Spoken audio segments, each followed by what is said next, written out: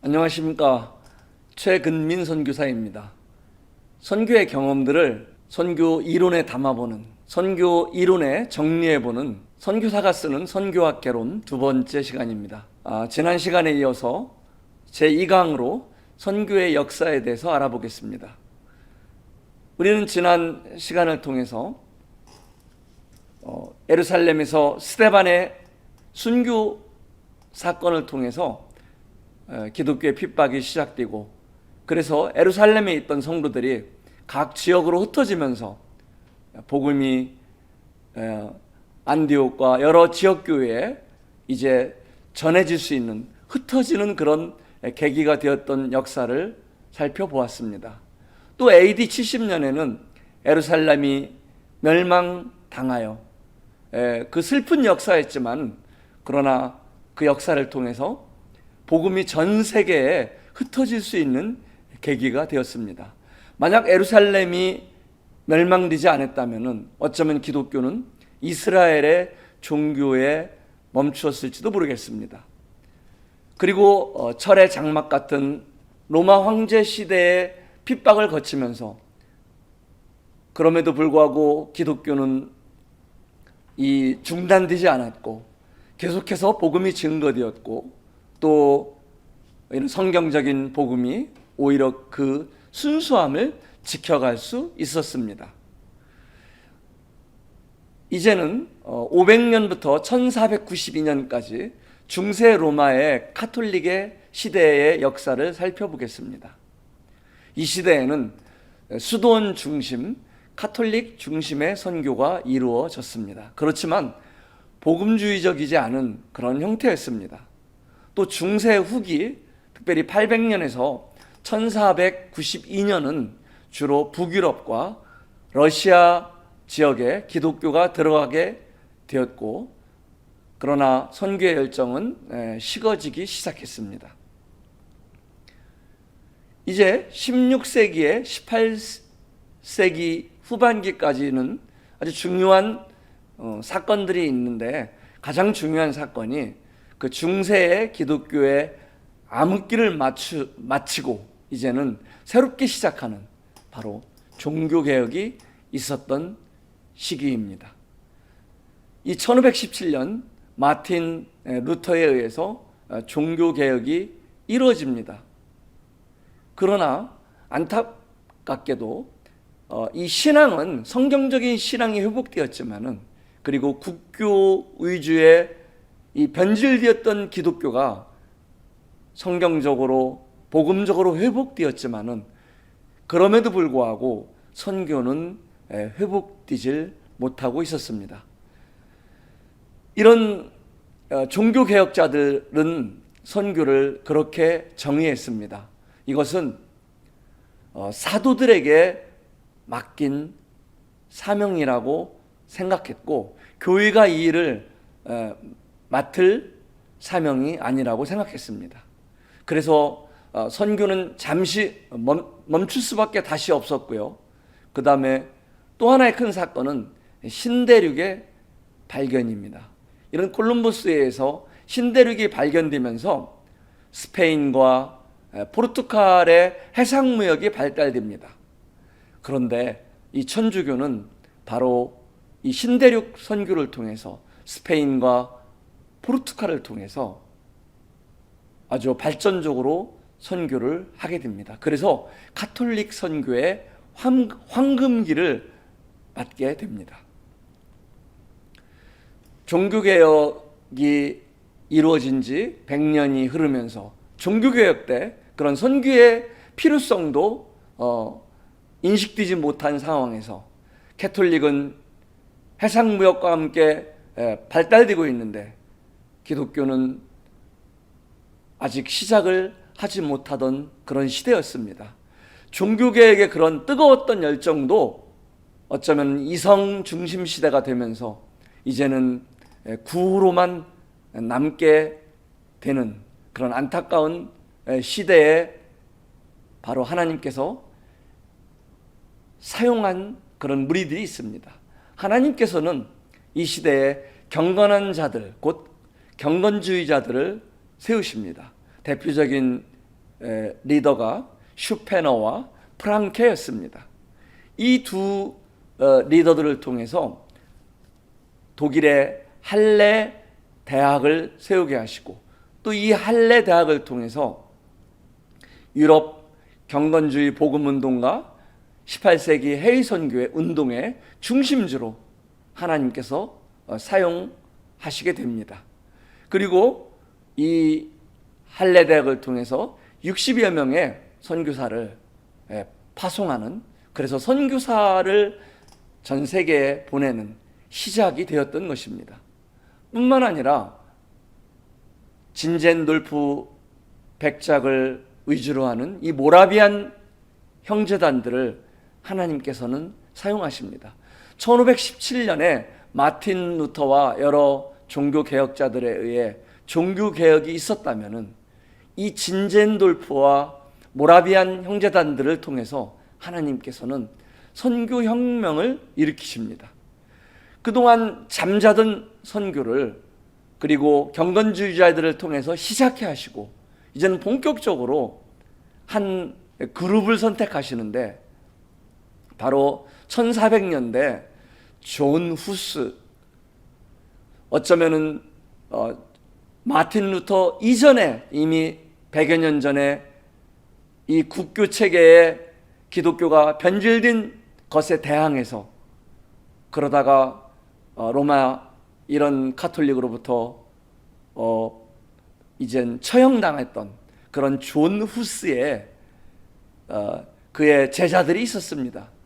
그들이 쫓기다가 바로 이 헤른후트라는 진젠돌프의 영지에서 바로 진젠돌프 한 리더를 만나게 됩니다. 이곳에서 하나님께서는 이 모라비안 형제단들을 그곳에 모이게 하시고, 또 그 공동체를 통해서 선교사들을 파송케 하시고, 이곳을 통해서 무려 2158명의 놀라운 숫자를 파송했는데, 이 숫자는 전체 모라비안 교도 중 12명이 한 명꼴이었습니다.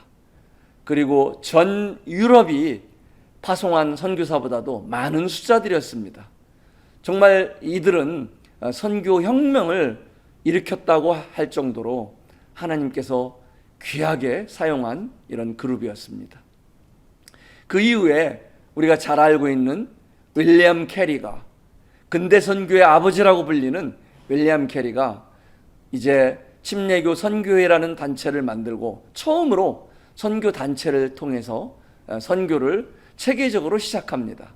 그는 1793년 인도에 파송되었고, 약 40여 년 인도에 살면서 많은 성경을 번역하고, 또 이런 선교 이런 기지를 만드는 그런 선교의 큰 기반을 만드는 이런 훌륭한 선교사였습니다.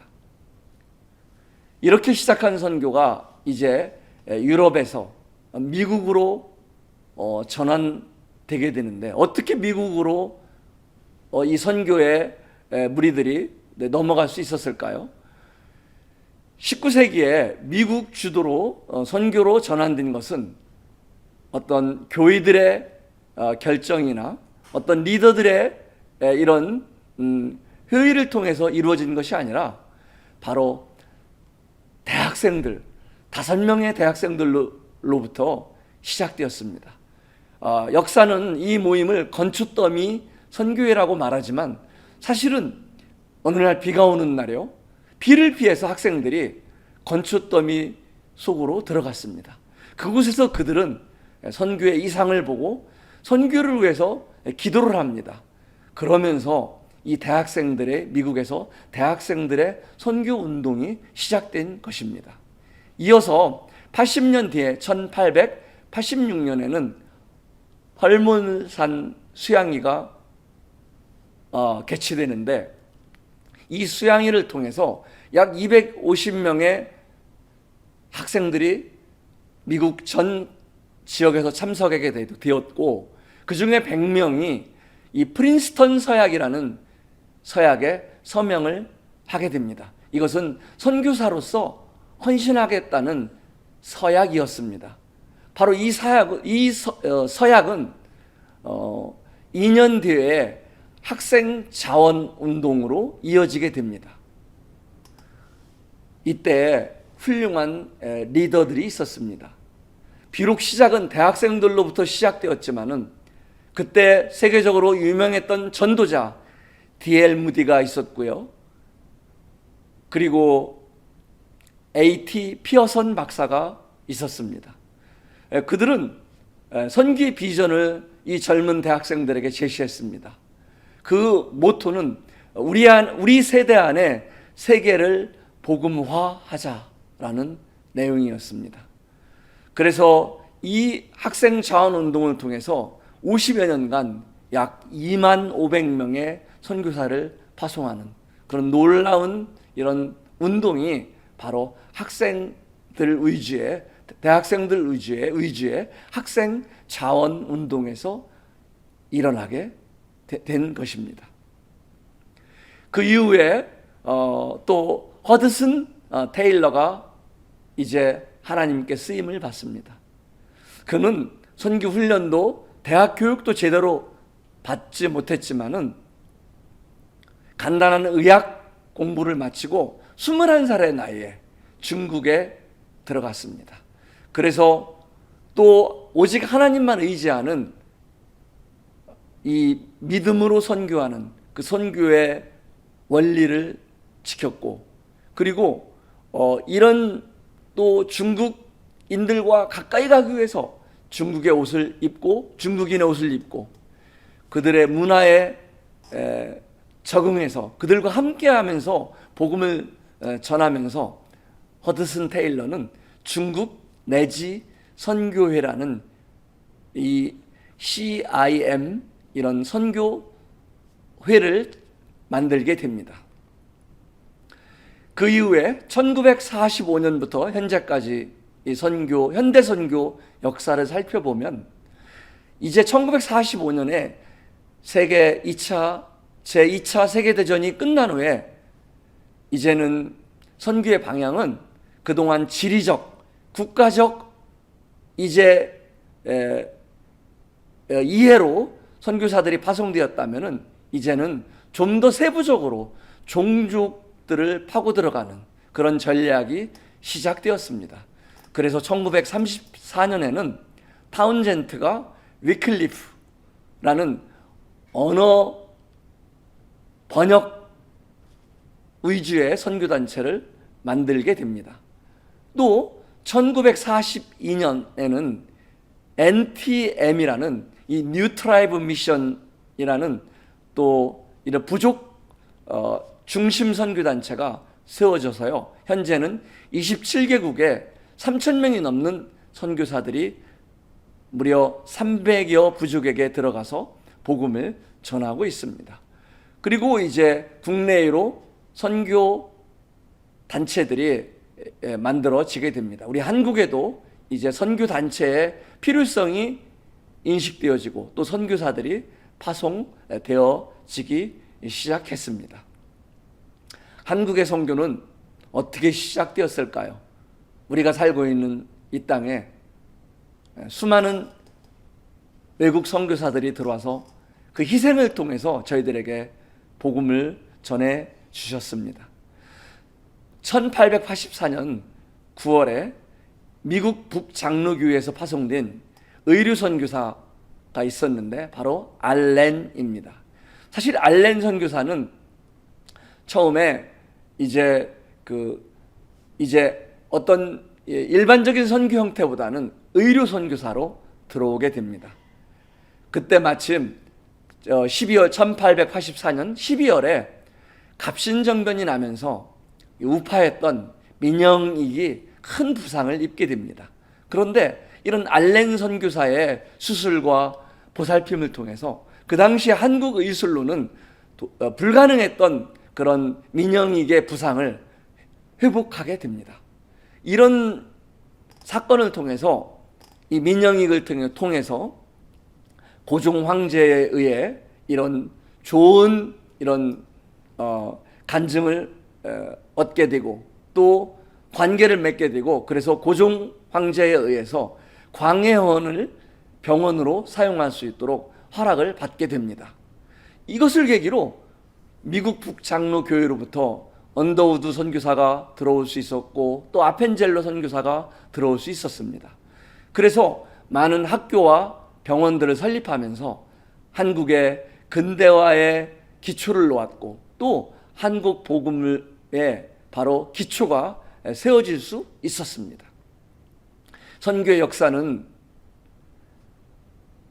하나님의 경륜 가운데 하나님이 친히 써가는 하나님의 역사인 것입니다. 또 수많은 희생을 통해서 이루어진 역사인 것입니다. 그리고 많은 고난의 시기가 있었지만 그 고난의 시기에는 선교가 멈추어지지 않고 오히려 활성화되고 기독교가 순수성을 지켜가는 시기였습니다. 그런데 어땠습니까? 편안히 거하는 시기에는 오히려 기독교는 변질되었고 선교는 정체되었던 것을 우리는 선교의 역사를 통해서 알아볼 수 있습니다. 오늘날에도 많은 기독교는 핍박을 받고 있습니다. 이 오픈도어라는 선교 단체에서 이런 핍박 지수를, 박해 지수를 통해서 얼마나 많은 기독교가 핍박을 받고 있는지 매년 이런 자료를 내고 있습니다. 북한은 19년째 기독교를 핍박하는 국가 1위입니다. 이 철옹성 같은 북한, 또 여러 10위권에는 핍박을 많이 하는 10위권 나라에는 무슬림 국가들이 있습니다. 이런 이슬람 국가들이 계속해서 기독교를 핍박하고 있습니다. 그런데 또 하나의 이제 선교 역사 중에 볼 수 있는 것은 그동안에는 서구 지역에서 주로 선교사들을 파송했습니다. 그런데 2000년도에 가면서 서구 지역보다는 2와 3세계, 곧 서구 지역을 제외한 아시아와 중동, 아프리카 이런 기타 나라에서, 거기에는 물론 한국도 포함되겠죠. 그곳에서 파송한 선교사가 서구 지역에서 파송한 선교사를 앞지르게 되는데 숫자를, 그것이 바로 2000년도입니다. 도표에 나와 있는 대로 2000년도에 들어오면서 2와 3세계에서 선교사들을 기존 서구 지역 위주로 파송됐던 그런 파송 이런 역사를 새롭게 쓰게 됩니다. 놀랍게 하나님께서 지금 이 한국과 또 아시아와 또 아프리카와 이런 서구 지역 외에 그동안 선교의 수혜적으로 있던 나라들을 사용하고 계십니다. 한국에서도 약 28,000여 명의 선교사들이 이제 해외에 나가서 복음을 전하고 있습니다. 또 지금은 코로나 바이러스로 인해서 잠시 선교가 멈추어진 것 같습니다. 그러나 고린도서 4장 8절에 있는 대로 우리가 사방으로 우겨쌈을 당하여도 쌓이지 아니하며 답답한 일을 당하여도 낙심하지 아니한다고 말씀하셨습니다. 지금은 잠시 멈춘 것 같고 지금은 답답한 시간을 보내고 있지만은 이 시간에도 하나님께서는 하나님의 선교를 담당하고 계십니다. 이 후의 흐름을 또다시 이제 기억하게 됩니다. 또 기대하게 됩니다. 감사합니다.